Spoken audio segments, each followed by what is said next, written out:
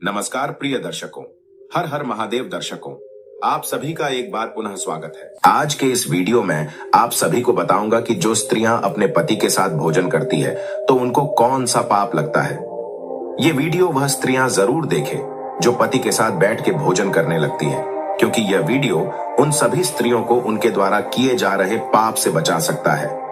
प्रिय दर्शकों, मैं आपको इस बात का ज्ञान एक अति सुंदर कथा के माध्यम से दूंगा, तो चलो देर ना करते हुए वीडियो को शुरू करते हैं। प्रिय दर्शकों, एक बार की बात है, तोता के पास में मैना आती है और वह तोता से कहती है, स्वामी आज मेरे मन में एक प्रश्न उठ रहा है और उसी के निवारण के लिए मैं आपके पास आई हूं। कृपया आप मेरे इस प्रश्न का निवारण कीजिए। अब मैना की बातों को सुनकर तोता कहता है, हे प्रिय, तुम्हारे मन में जो भी प्रश्न है तुम उसे बिल्कुल निसंकोच होकर पूछो। तुम्हारे हर प्रश्न, हर शंका का निवारण करना मेरा परम कर्तव्य है। अब तोता की बातों को सुनकर मैना कहती है, हे स्वामी, जैसे मैं सबसे पहले आपको भोजन ग्रहण करवाती हूँ, उसके बाद में मैं स्वयं भोजन ग्रहण करती हूँ। मैं नित्य आपकी सेवा में तत्पर रहती हूँ, किंतु हे स्वामी, मेरे मन में उठ रहा वह प्रश्न यह है कि क्या पत्नी को पति के साथ अथवा पति से पहले भोजन करना चाहिए? क्या ऐसा करना शास्त्रों और वेदों के हिसाब से उचित है? समस्त वेद और शास्त्र इस विषय में क्या कहते हैं? हे स्वामी, स्त्री द्वारा किया गया वह ऐसा कौन सा पाप है जिसे करने से स्त्री नरकगामी बन जाती है? हे स्वामी, कृपया आप मेरे इस प्रश्न का समाधान कीजिए। अब तोता मैना की ओर देखकर बोला, हे प्रिय, आज आपने समस्त मानव जाति के कल्याण के उद्देश्य को मन में धारण कर एक बहुत ही महत्वपूर्ण प्रश्न किया है। हे प्रिय, आपने ये जो मुझसे तुमने प्रश्न किया है उसका समाधान मैं तुमको एक अत्यंत ही प्रिय कथा के माध्यम से आपको बताऊंगा। इस कथा में देवी उर्मिला के जीवन में घटित हुई घटना के विषय में मैं आपको बताऊंगा, जिससे आपको यह पता चल जाएगा कि अगर स्त्री पति के साथ भोजन कर ले तो वह किस पाप की भागीदार बनती है। यदि वह अपने पति के साथ या पति के खाने से पहले खाना खा लेती है तो उसका क्या होता है। तोता की ये बातें सुनकर मैना कहती है, हे स्वामी, यह देवी उर्मिला कौन थी? उस स्त्री का आचार विचार कैसा था? हे स्वामी, कृपया आप इस स्त्री के विषय में मुझे बताइए। आपके कहे कथन के अनुसार मेरे मन में देवी उर्मिला के विषय में जानने की जिज्ञासा हो रही है।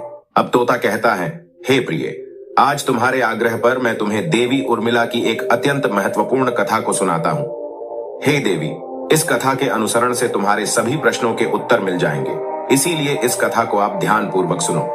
साथ ही जो भी मनुष्य इस कथा को पूरे श्रद्धा भाव के साथ सच्चे मन से ध्यान पूर्वक इस कथा को सुनता है और इस कथा का प्रचार करता है, वह मनुष्य यशस्वी और सौभाग्यशाली बनता है।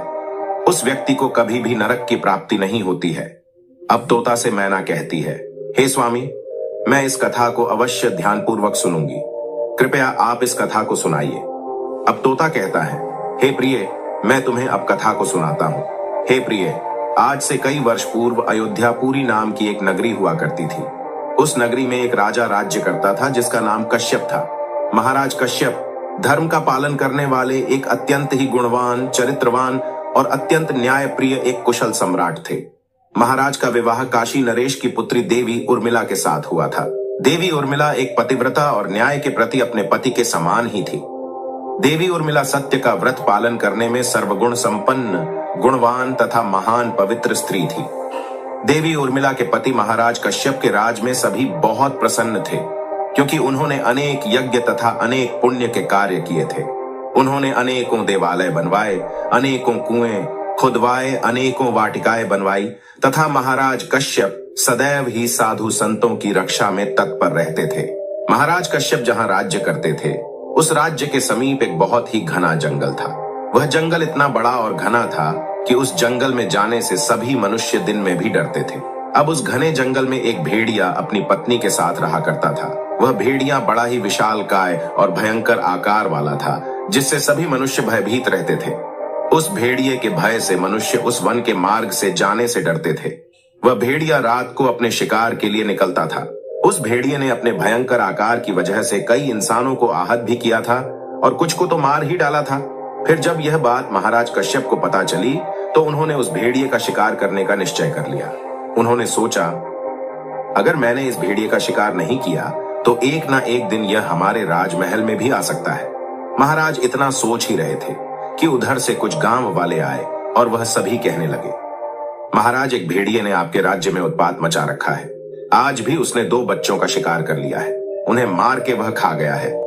फिर क्या था, गांव वालों की बात को सुनकर महाराज अपनी पत्नी देवी उर्मिला तथा कई सैनिकों और कुत्तों को लेकर उस वन में शिकार करने के लिए चले गए। महाराज कश्यप बड़े पराक्रमी और बड़े ही धनुर्धर थे। महाराज कश्यप ने अनेक विशालकाय शेरों का तथा दैत्यों का वध किया था। इसीलिए वे इस भयंकर भेड़िए से अपने राज्य के नगरवासियों की रक्षा करने के लिए उस वन में उस भेड़िए का शिकार करने के लिए चले गए। जब महाराज के साथ कई सारे सैनिकों के साथ उस भयंकर आकार वाले भेड़िए ने महाराज को वन की तरफ आता देखा, तो वह भेड़िया अपनी पत्नी के पास गया और उससे कहने लगा, हे प्रिय, देखो, यह अयोध्यापुरी राज्य के महान सम्राट महाराज कश्यप हैं। महाराज कश्यप महापराक्रमी और महातेजस्वी हैं और वे अपनी सेना की कुछ टोली को लेकर हमारी तरफ ही बढ़े चले आ रहे हैं। हो ना हो, वह इस वन में मेरा ही शिकार करने के लिए आ रहे हैं। महाराज कश्यप के साथ बहुत से कुत्ते और व्याध हैं। इससे इस बात में तनिक भी संदेह नहीं कि वे मुझ जैसे विशालकाय भेड़िए पर प्रहार नहीं करेंगे। महाराज कश्यप बड़े पुण्य आत्मा हैं। इन्होंने बहुत से राजाओं को अपने बल और ज्ञान से परास्त किया है। महाराज कश्यप राजाओं के भी राजा है। समस्त विश्व इनके अधीन है। हे प्रिय, मैं तुम सबकी रक्षा करने के लिए अपना पराक्रम दिखाता हुआ महाराज कश्यप के साथ युद्ध करूंगा। मेरे अंदर जितना बल है, मैं वह सब कुछ उनके सामने दिखाऊंगा। अगर युद्ध में मैंने महाराज कश्यप को पराजित कर दिया तो तीनों लोकों में मेरी कीर्ति हो जाएगी। परंतु इसके उपरांत यदि मैं महाराज कश्यप के हाथों से मारा भी गया तो मुझे इस भेड़िए के जन्म से छुटकारा मिल जाएगा और मैं वैकुंठ लोक को प्राप्त हो जाऊंगा। मैंने अपने पिछले जन्म में कई पाप किए थे और मेरे पिछले जन्म में किए गए पाप के कारण ही मुझे भेड़िए का जन्म प्राप्त हुआ है। अब इतनी बात कहने के बाद वह भेड़िया अपनी पत्नी से कहता है कि हे प्रिय, तुम मेरा मोह छोड़कर हमारे पुत्र को लेकर जल्दी से सरयू के पास वाले पर्वत की गुफा में चली जाओ। अब मेरा वह समय आ गया है कि मैं अपने पूर्व जन्मों के पापों से मुक्त हो जाऊं। जब महाराज कश्यप के बाण मेरे शरीर को घायल कर देंगे तो महाराज कश्यप के द्वारा मेरे ऊपर छोड़े गए एक एक बाण से मेरे पूर्व जन्म के सारे पाप नष्ट हो जाएंगे। फिर उस भेड़िए की पत्नी भेड़िए की ऐसी बातों को सुनने के बाद कहने लगी, हे नाथ, हमारे बच्चे आपके ही पराक्रम और साहस के कारण ही इस विशालकाय वन में निर्भय होकर विचरण करते हैं। आपके द्वारा लाए गए ताजे मांस का आहार ग्रहण करते हैं। हे नाथ, आपके ही कारण उन्हें शेर, बाघ आदि जंगली जानवरों का भय नहीं है, क्योंकि आप जैसा महाबलशाली इस वन में और कोई नहीं है। आप ही इनकी रक्षा करते हैं। हे प्रिय, आपके भीषण रूप के चलते ही समस्त मनुष्यों में आपका खौफ है। इसी वजह से कोई भी शिकारी हमारा शिकार करने के लिए इस वन में नहीं आता है। हे प्रिय, अगर आपकी मृत्यु हो जाएगी तो इन सभी से फिर मेरी और हमारे पुत्रों की रक्षा कौन करेगा? हे नाथ, आप ही हमारे लिए सब कुछ हो। आपके बिना तो हम असहाय हो जाएंगे। पति के बिना मेरा क्या होगा? किसी भी स्त्री के लिए उत्तम स्वर्ण के गहने, आभूषण, वस्त्र पहनकर भी कोई भी स्त्री पति के बिना शोभा नहीं पाती है। पति से ही स्त्री को सौंदर्य और शोभा प्राप्त होती है। हे प्रिय, आपके बिना मेरा जीवन भी नष्ट हो जाएगा। हे नाथ, हे प्राणेश्वर, हे अन्नदाता, आपके बगैर हमारा पूरा कुल जीवित ही नहीं रह सकता। हे नाथ, मैं अपना कथन सच कहती हूँ। यदि मुझे आपके साथ नरक में भी डाल दिया जाए तो भी मैं खुशी खुशी आपके साथ चली आऊंगी। इसीलिए हे स्वामी, आप महाराज कश्यप के सामने मत जाइए। आप भी हमारे साथ सरयू के पास वाले पर्वत के अंदर चलिए। जब तक महाराज कश्यप हमें ढूंढेंगे हम वहां पर छुप कर बैठ जाते हैं। हे नाथ, आप जीवन जीने की इच्छा छोड़कर अपनी पत्नी और पुत्र को अकेला छोड़कर जा रहे हो। इससे आपको क्या लाभ होगा? हमारे बच्चे आपके बिना तो अनाथ ही हो जाएंगे। अपनी पत्नी की बात को सुन के वह भेड़िया कहता है, हे प्रिय, तुम वीरों के धर्म को नहीं जानती हो, इसीलिए तुम ऐसा कह रही हो। यदि शत्रु वीरों को ललकार करके युद्ध के लिए निमंत्रण देता है तो वीर को लोभ और भय से कायर की भांति ऐसे छिपकर युद्ध के मैदान से नहीं भागना चाहिए। जो भी वीर ऐसा कार्य करता है उसको 100 युगों के लिए कुंभी पाक नरक में डालकर पकाया जाता है। अगर कोई वीर शत्रु का सामना करता है और लड़ते हुए वीर गति को प्राप्त होता है तो उसे मृत्यु के बाद दिव्य लोक की प्राप्ति होती है। आज महाराज कश्यप हमसे युद्ध करने के लिए आए हैं तो वे हमारे अतिथि हैं और शास्त्र यही कहते हैं कि अतिथि का अनादर नहीं करना चाहिए। किसी वीर पुरुष द्वारा किया गया अतिथि का अनादर साक्षात त्रिलोक विजेता भगवान विष्णु का अपमान होता है। इसीलिए मुझे महाराज कश्यप के साथ युद्ध करना मेरा परम कर्तव्य है।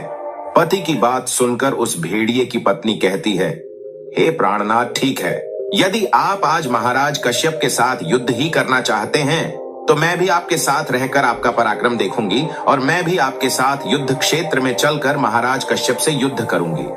अब इतना कहकर उस भेड़िए की पत्नी अपने पुत्रों के पास जाती है और उनसे कहती है कि हे पुत्रों, मेरी बात को तुम सभी ध्यान से सुनो। आज युद्ध भूमि में अतिथि आए हैं और मैं उनका आतिथ्य सत्कार करने के लिए और उनसे युद्ध करने के लिए तुम्हारे पिता के साथ जा रही हूँ।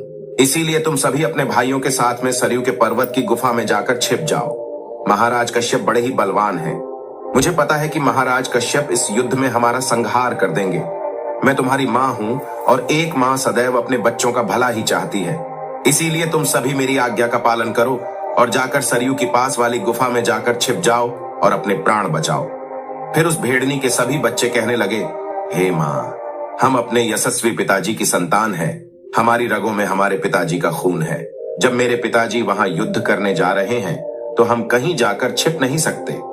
जो पुत्र अपने माता पिता को संकट में छोड़कर भाग जाते हैं वे महापापी होते हैं। उन्हें घोर नरक में डाला जाता है। जो निर्दय पुत्र अपनी माँ का दूध पीकर उसे उसके दुखी समय में छोड़कर चला जाता है, जो पुत्र अपने पिता को विपत्ति में देखकर वह छोड़कर चला जाता है, वह कीड़ों से भरे हुए दुर्गंध युक्त नरक में गिरता है। जब उस भेड़िए के बच्चे नहीं माने तो वह भेड़िए की पत्नी अपने बच्चों को लेकर भेड़िए के साथ युद्ध करने के लिए जाती है और उन सभी को आगे भेज देती है। महाराज कश्यप अपने सभी बलवान सुरवीर योद्धा के हाथ में तलवार और भाले लेकर सभी भेड़ियों पर आक्रमण करने लगते हैं। फिर भेड़िए और राजा के सैनिकों के बीच में भीषण युद्ध होने लगता है। दोनों पक्षों से सभी एक दूसरे पर भीषण प्रहार करने लगते हैं। सभी भेड़िए अपने नुकीले दांतों से सैनिकों को मारने लगते हैं तो वही महाराज कश्यप के सैनिक अपने भालों से भेड़ियों को मारने लगते हैं। इस युद्ध में अनेक भेड़िए मर गए और पता नहीं कितने ही घायल हो गए। और इस महाविनाशक युद्ध में महाराज के अनेक सिपाही भी मर गए और कई सैनिक घायल हुए। अब केवल वह भेड़िया और उसकी पत्नी और उसके कुछ 5-7 पुत्र ही बचे थे। अपने सभी पुत्रों को मरा हुआ देखकर वह भेड़िए की पत्नी भयभीत हो गई और विलाप करने लगी। वह भेड़नी अपने पति से कहने लगी, हे नाथ, मुझे और अपने इन बालकों को लेकर यहाँ से चलो, नहीं तो हमारा वंश नष्ट हो जाएगा। महाराज कश्यप के सैनिक हमारे प्रजाति के सभी जीवों पर भारी पड़ रहे हैं। कृपया मेरी बात को सुनो, हम सभी अपने प्राण बचाकर यहाँ से भाग चलते हैं, नहीं तो महाराज कश्यप हम सभी को मार डालेंगे। अपनी पत्नी को ऐसा भयभीत देखकर वह भेड़िया कहने लगा, हे प्रिय, 2 शेरों के बीच में एक सुअर पानी पी सकता है, लेकिन 2 सुअरों के बीच में एक शेर पानी नहीं पी सकता। भेड़िए जाति में ऐसा बल देखा जाता है। इसी कारण से भेड़िए से सभी भयभीत हो जाते हैं और तुम कहती हो कि मैं इस युद्ध भूमि से पीठ दिखाकर भाग जाऊं। अगर इस समय पर मैं मृत्यु के भय से भाग जाऊंगा तो मेरे भेड़िए की जाति की प्रसिद्धि नष्ट हो जाएगी। इसीलिए हे प्रिय, तुम हमारे बच्चों को लेकर यहाँ से चली जाओ और सुखपूर्वक जीवन व्यतीत करो। भेड़िए की बात सुनकर भेड़िए की पत्नी कहने लगी, हे नाथ, मैं आपसे बहुत प्रेम करती हूँ। आपने मेरा आदर सम्मान करके, मुझसे रतिक्रिया करके और मेरी रक्षा करके मेरे मन को जीत लिया है। आपसे मेरा मोह कभी नहीं छूटेगा। इसीलिए मैं अपने पुत्रों के साथ आपके सामने ही प्राण त्याग दूंगी। किंतु हे नाथ, मैं आपको ऐसे अकेला छोड़कर नहीं जाऊंगी। फिर क्या था, पत्नी के ऐसा कहने के बाद वह भेड़िया और उसकी पत्नी दोनों ही महाराज से युद्ध करने के लिए आगे आते हैं। अब वह भेड़िया भयंकर गर्जना करता हुआ महाराज को युद्ध के लिए ललकारता है। वह भेड़िया अपने सामने आए बड़े से बड़े वीर योद्धाओं को अपने दांतों से तिनके की भांति उठाकर फेंकने लगता है। जब महाराज कश्यप उस भेड़िए की गर्जना और अपने सैनिक को ऐसा मारता हुआ देखते हैं तो अपने सैनिकों को मरता हुआ देखकर महाराज कश्यप को क्रोध आ जाता है और वे अपना धनुष बाण निकालकर उस भेड़िए पर बड़े वेग से आक्रमण करते हैं। महाराज कश्यप के द्वारा छोड़े गए बाणों का वेग इतना तीव्र होता है कि वह जाकर सीधा उस भेड़िए के शरीर में घुस जाता है, जिससे वह भेड़िया मूर्छित होकर जमीन पर गिर जाता है। महाराज के द्वारा किए गए प्रहार से वह भेड़िया मर जाता है। उस भेड़िए के मरते ही उसके प्राण निकल जाते हैं और वह भगवान विष्णु के लोक वैकुंठ धाम को चले जाते हैं। महाराज के सैनिक अपने हाथ में भाला लेकर उस भेड़िए की पत्नी को मारने के लिए उसकी ओर बढ़ने लगते हैं। तुरंत ही वह भेड़िए की पत्नी अपने बच्चों की रक्षा के लिए उनके सामने आकर खड़ी हो जाती है और बच्चों से कहने लगती है, बच्चों, जब तक मैं यहाँ पर खड़ी हूँ, मैं इन सभी सैनिकों को रोकने का प्रयास करती हूँ। तब तक तुम सभी यहाँ से तुरंत ही भाग जाओ। अब उन सब में से जो भेड़िए का सबसे बड़ा बेटा था, वह बड़ा बेटा बोलता है, हे माता, अपने प्राणों के भय से मैं आपको मरने के लिए यहाँ पर छोड़कर कैसे भाग जाऊं? अगर मैं ऐसा करूंगा तो मुझ पर धिक्कार है। मैं कोई ऐसी वैसी संतान नहीं हूं। मैं अपने पिता के समान युद्ध में शत्रु को परास्त करूंगा। तुम मेरे भाइयों को लेकर यहाँ से चली जाओ। अपने बड़े बेटे की बात सुनकर भेड़िए की पत्नी कहने लगती है, हे मेरे पुत्र, मैं महापापिनी बन जाऊंगी। मैं तुझे अकेला छोड़कर कैसे चली जाऊं? वह भेड़िए की पत्नी इतना कह ही रही थी कि इतने में ही राजा जी के सैनिक उन भेड़ियों के पास में आ जाते हैं और सभी उन भेड़ियों पर प्रहार करने लगते हैं। अब भेड़िए का बड़ा बेटा अपने पिता के समान ही सूरवीर था। वह अपने पिता के समान ही बड़ा बेटा भयंकर युद्ध करता है और अनेक सैनिकों को मार गिराता है। जब महाराज कश्यप यह देखते हैं तो वह आगे आकर उस दो भेड़िया के बड़े बेटे का भी वध कर देते हैं। जब भेड़िए की पत्नी अपने पुत्र को यूं मरा हुआ देखती है तो वह भी बहुत क्रोधित हो जाती है और राजा कश्यप के सैनिकों पर भीषण प्रहार करने लगती है। उसने भी अपना पराक्रम दिखाते हुए अनेक सैनिकों को मार डाला। इस घटना को महारानी उर्मिला देख रही थी। अपने सैनिकों को यूं मरता देख रानी उर्मिला महाराज कश्यप से कहने लगी, हे महाराज, उस भेड़िए की पत्नी को देखो। वह अपनी भीषण गर्जना दिखाते हुए हमारे सैनिकों को मार रही है। आप आगे चलकर उसका वध क्यों नहीं कर देते?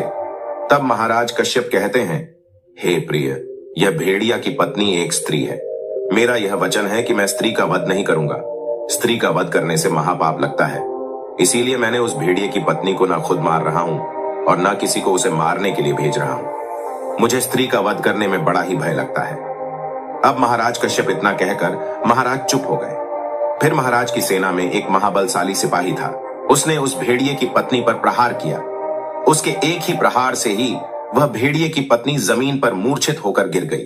भेड़िए की पत्नी जमीन पर गिरने के बाद लंबी लंबी सांसें लेने लगी। जब रानी उर्मिला ने उस भेड़िए की पत्नी को धरती पर बेहोश अवस्था में देखा तो उन्हें उस पर रानी उर्मिला को बड़ी दया आई। अब उन्होंने उसके मुंह पर ठंडा जल डाला और फिर उसके सारे शरीर पर वही जल डाल दिया, जिससे उस भेड़िए की पत्नी को होश आया। भेड़िए की पत्नी ने जब रानी को उस पर शीतल जल डालते हुए देखा तो वह बहुत प्रसन्न हुई और अब वह मनुष्य की वाणी में बोलने लगी, हे देवी, तुमने मुझ पर ठंडा जल डालकर मुझे मेरे कष्ट से मुक्ति दिलाई है। तुम्हारा कल्याण हो।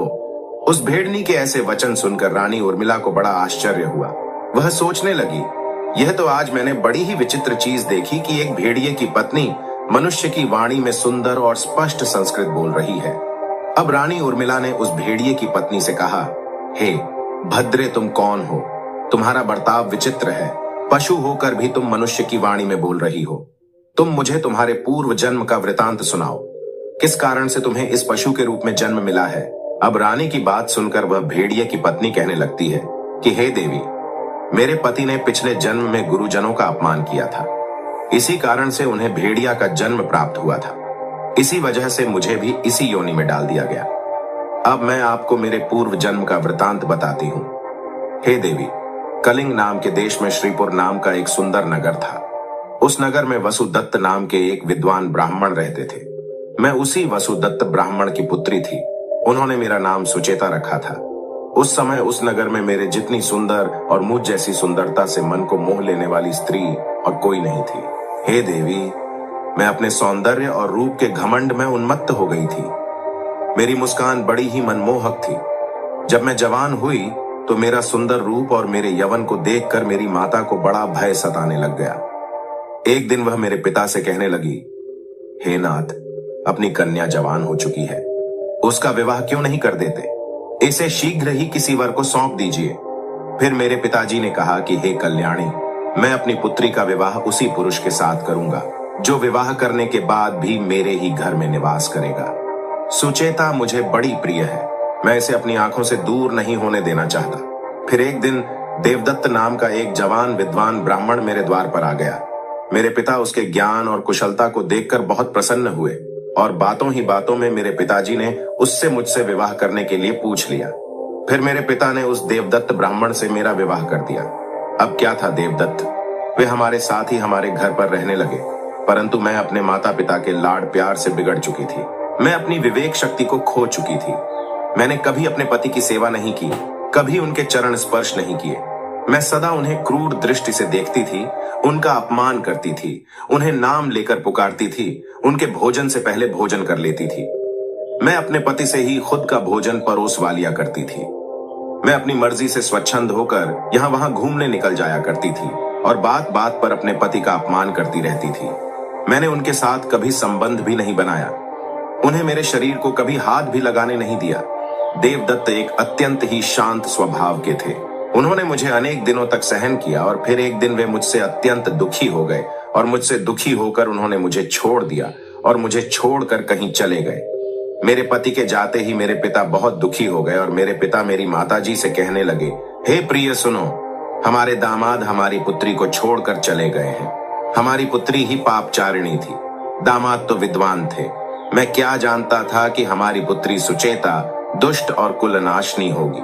फिर मेरी माता बोली, हे नाथ, हमारी पुत्री आप ही के लाड प्यार से बिगड़ गई है, इसे सही राह पर लाने के लिए आपको ही कुछ करना होगा। हे नाथ, क्योंकि पिता के घर में रहने वाली कन्या दुराचारी बन जाती है, इसीलिए कन्या को कभी घर में नहीं रखना चाहिए, उसे उसके पति के पास ही रखना चाहिए। हमारी कन्या बहुत दुष्ट और पापिनी है, आप इसका त्याग करके इसे इसके पति के पास भेज दीजिए।